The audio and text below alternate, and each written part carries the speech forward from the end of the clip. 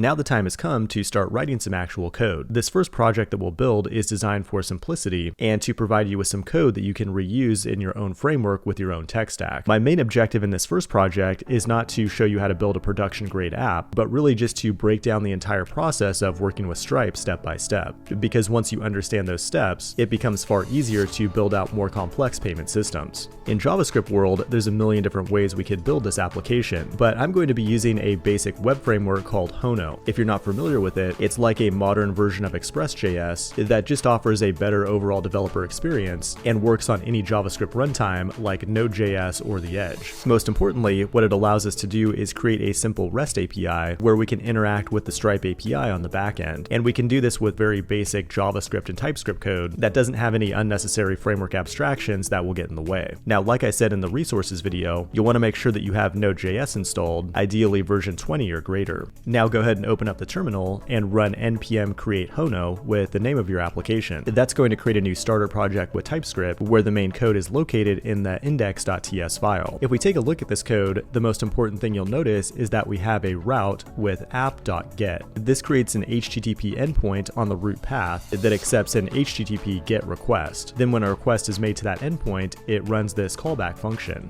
That function has an argument called context, which can then send a response back from this endpoint. In this case, we'll just send a text response that says hello world. After that, you'll notice a function called serve that will run the application on localhost 3000. Let's go ahead and run the application now by pulling up the terminal and running the npm run dev command. The default route is a GET request, and the easiest way to make a GET request is to simply navigate to that route in your browser. When you open it in the browser, you should get the text returned from that function. That looks good, but now let's go back into our code and add a second route, which is identical to the existing route, but this time we'll use a post request. If you're not very familiar with HTTP and APIs, I'd highly recommend watching this 100-second video that I have on YouTube, but basically a GET request is typically used when retrieving data, while a post request is used when writing data on a server. Throughout this course, we'll mostly be working with post endpoints, but you might be wondering, how do I test it or make a post request to this URL? You can make a request to a post endpoint by submitting an HTML form by using the fetch API in JavaScript with the curl utility from the command line, but the easiest way is to use an HTTP client, and there's a great one that's built into VS Code via an extension. The extension is called Thunder Client, so let's go ahead and install that now. Once installed, you'll see the icon here in the toolbar. Then if we click on it, it gives us the option to create a new request. When you create a request, the two main components are the HTTP verb, like GET or post, and then the URL that you want to point to. In our case, we want to point to localhost 3000, which is where the Hono server is running, and make sure that it uses HTTP and not HTTPS here. If we send a GET request, we should get the same hello world text we got in the browser, but if we change it to a post request, we should now get a different response based on whatever was returned from that function. We'll come back to Thunder Client in a future video to inspect the actual data that's returned from the Stripe API, and it's just a really useful tool to have in general as a web developer. Now that we have a basic framework in place, in the next video, we'll set up the Stripe SDK.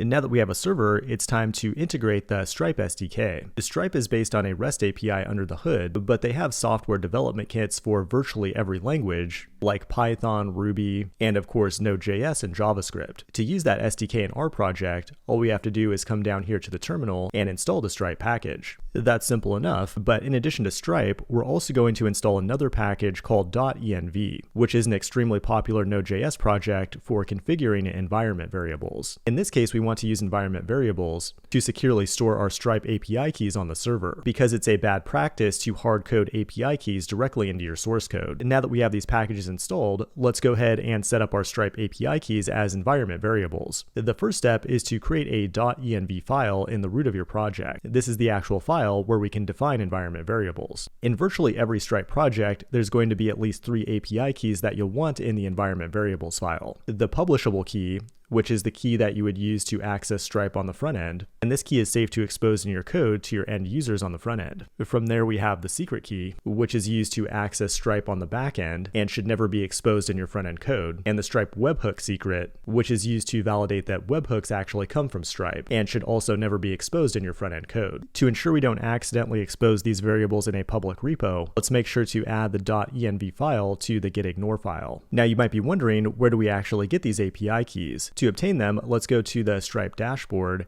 and make sure that we're first in test mode. From there, we can just type in API into the search bar, and it should automatically bring up the page where the API keys can be found. And now we can just copy and paste the publishable key and the secret key to their corresponding environment variables. We'll hold off on the webhook secret for now, then implement that one when we get to the webhook video. And now the question becomes, how do we actually use these API keys in our code? Well, if we go back to the index.ts file, we'll first add this line import.env/config, which will make those environment variables available in our source code. We can verify that by console logging process.env with the name of the API key, like Stripe publishable key. If we restart the server by running npm run dev again, you should see its value logged to the top of the terminal. Okay, so now that we know that our environment variables are working, let's go ahead and use them to configure the Stripe SDK. The first step is to import Stripe, and that will give us a class that we can instantiate with the new keyword, and it takes the Stripe secret key as its argument. Because we're using TypeScript, I'm also adding an exclamation mark here, which just asserts that the value is not null. That's the only required argument, but it's also a good idea to add the Stripe API version as well. The current version is 2023-1016, and I would recommend using the same version to follow along with this course. And now if you start typing on the Stripe namespace, you should get IntelliSense and autocomplete for all the possible actions you can do with the Stripe SDK. In the next video, we'll put it to use by creating our first Stripe checkout session. And now it's time to create the actual checkout session on the server. Let's go ahead and create a new post route that goes to checkout and is handled by an async function. Inside this function, I'm going to wrap the code in a try-catch block because we'll want to send an error response if, for whatever reason, that the checkout session fails. Inside of try, define a variable named session that is created by awaiting a call to the Stripe checkout sessions create method. This method takes an object with a variety of different options. We can customize the payment method types, but the most important option is the line items, which is an array that contains one or more price IDs, as well as their quantities. In this example, we're just going to hard code the price ID directly into the code, which is perfectly fine if your price ID is never going to change, but you can also send the price ID in from the front end or create it dynamically on the back end. Let's head over to the Stripe dashboard and create a new product. You can customize the product however you want, but the important thing for this demo is that it's a one-off product. Once it's created, you'll notice that it gives us a price ID, which we can then copy into the checkout session code. Now that that's done, we can set the mode to payment, and then we'll define a success URL and cancel URL. These are the URLs that Stripe will redirect the user to when they complete a payment or if they decide to cancel the payment. And that's all we need to create a basic session. Stripe will return a JSON object, then from this endpoint, we'll go ahead and return that session data as JSON. Then finally, we'll also want to catch errors, and when an error occurs, we'll send back an HTTP exception that includes the error message. Now, at this point, we don't have success and cancel URLs, but we can easily create those in Hono by adding get routes for success and cancel that simply return a text response with those words. And now it's time to test it out. Let's head back over to Thunder Client and then create a new post request that goes to the checkout route. That should return this big JSON object with all kinds of different data about the checkout session. Now, most of this data you're not going to need. The only important thing for right now is the URL down here at the bottom. Let's go ahead and copy this URL and take it over to the browser and paste it in. This is our checkout page that we can now fill out with credit card details. Stripe provides a bunch of testing cards that you can use to create fake payments. Go ahead and enter one of those to submit a payment. After it's submitted, it should redirect to the success route, at which point you know the payment has been captured. In addition, you can go to the Stripe dashboard and you should see a customer record created there for that email address, as well as a breakdown of the payment. Pretty cool, but in the next video, we'll write some front-end JavaScript to make a request to this URL from a front-end web page.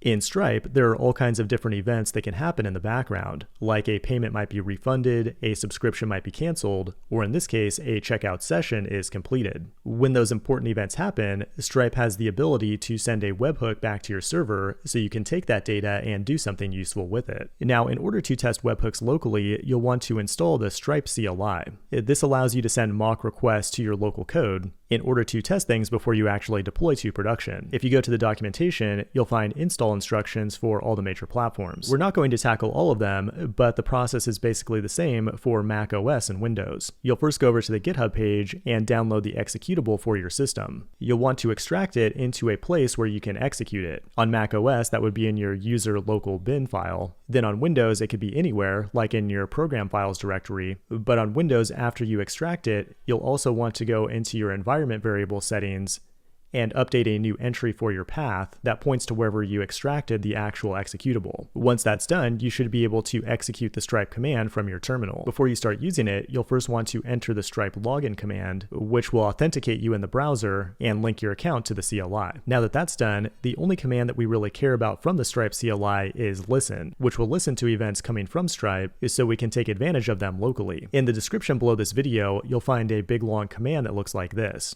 It's using the Stripe listen command to listen for a few different events, like subscription updated, subscription deleted, and checkout session completed. In addition, we're using the forward to command to take those webhook events and forward them to a route on our local API called webhook. We'll create that webhook handler in the next video, but for now, go ahead and run this command from the terminal. That should start a process to listen to webhooks in the background, but you'll also notice that it's giving us a webhook secret value. You'll want to go ahead and copy that value and take it into your environment variables and use it as the Stripe webhook secret. This value is important because we'll use it to verify that webhooks actually come from Stripe and not some hacker trying to abuse your webhook endpoints. I'll show you what I mean in the next video.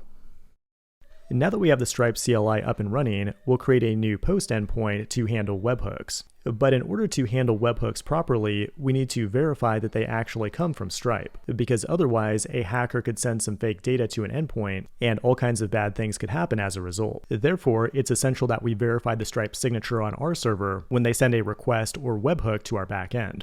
First, we access the raw body of the request itself, but the request sent by Stripe also includes a signature. This signature can only be verified with that webhook secret that we put in our environment variables. If that signature is no good, it means we know someone is trying to mess with us and we don't want to run the code inside this endpoint. To handle that, we'll use the Stripe Webhooks construct event method, which takes the raw body of the request, the signature, and the webhook secret. It combines these three values together to create the actual JSON data that we need, which in this case would be the data from the checkout session that was just completed. Now, if the construct event method fails, it will throw an error, which we can catch and then throw an error response, so the hacker knows that they can't mess with us. But assuming the data is good, we can now handle it in our code. The first thing we'll want to check for is the event type, because again, there are all kinds of different events that can happen in Stripe. The one we're interested in is the checkout session completed. In this basic demo, we'll simply console log the session, but when we get to the full application, we'll actually update a database and do other things that you would commonly do when fulfilling an order. Now, in real life, you might have 10 different webhooks that you need to listen to, and so generally with your webhook code, you'll break it down into a bunch of different helper functions,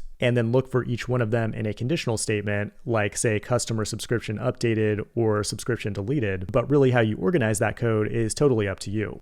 Now, the last thing I'll mention is that you don't need to return any data from your webhook other than a 200 success response back to Stripe so that it knows that your server is handling it okay. Now it's time to test it out. You should have two terminal sessions running right now, one with the npm run dev command to serve the app locally, and the other one with the Stripe listen command to listen to webhooks and forward them to your local URL. Now go visit your application in the browser and click the checkout button, then submit a payment in the checkout session. Everything looks the same, but if you go back into the terminal, you should see some logs on both terminals. On the Stripe CLI terminal, you should see the webhook was sent with a 200 response. If you get something other than a 200 response, like say a 404, it means the webhook endpoint wasn't found, which means you're likely not forwarding to the proper URL, so double check your command. If it's a 400 error, it means that the webhook secret wasn't verified, so double check your environment variable. And anything else means there's likely some kind of error in the webhook code itself. But assuming you have a 200, if you go into the terminal for Hono,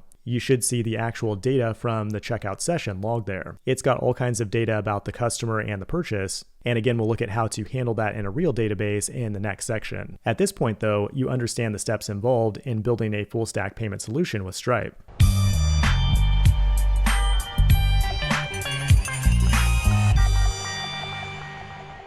In the next section, we'll bring in Supabase for user authentication and a database, combine that with Next.js to build an app that's more representative of something in the real world.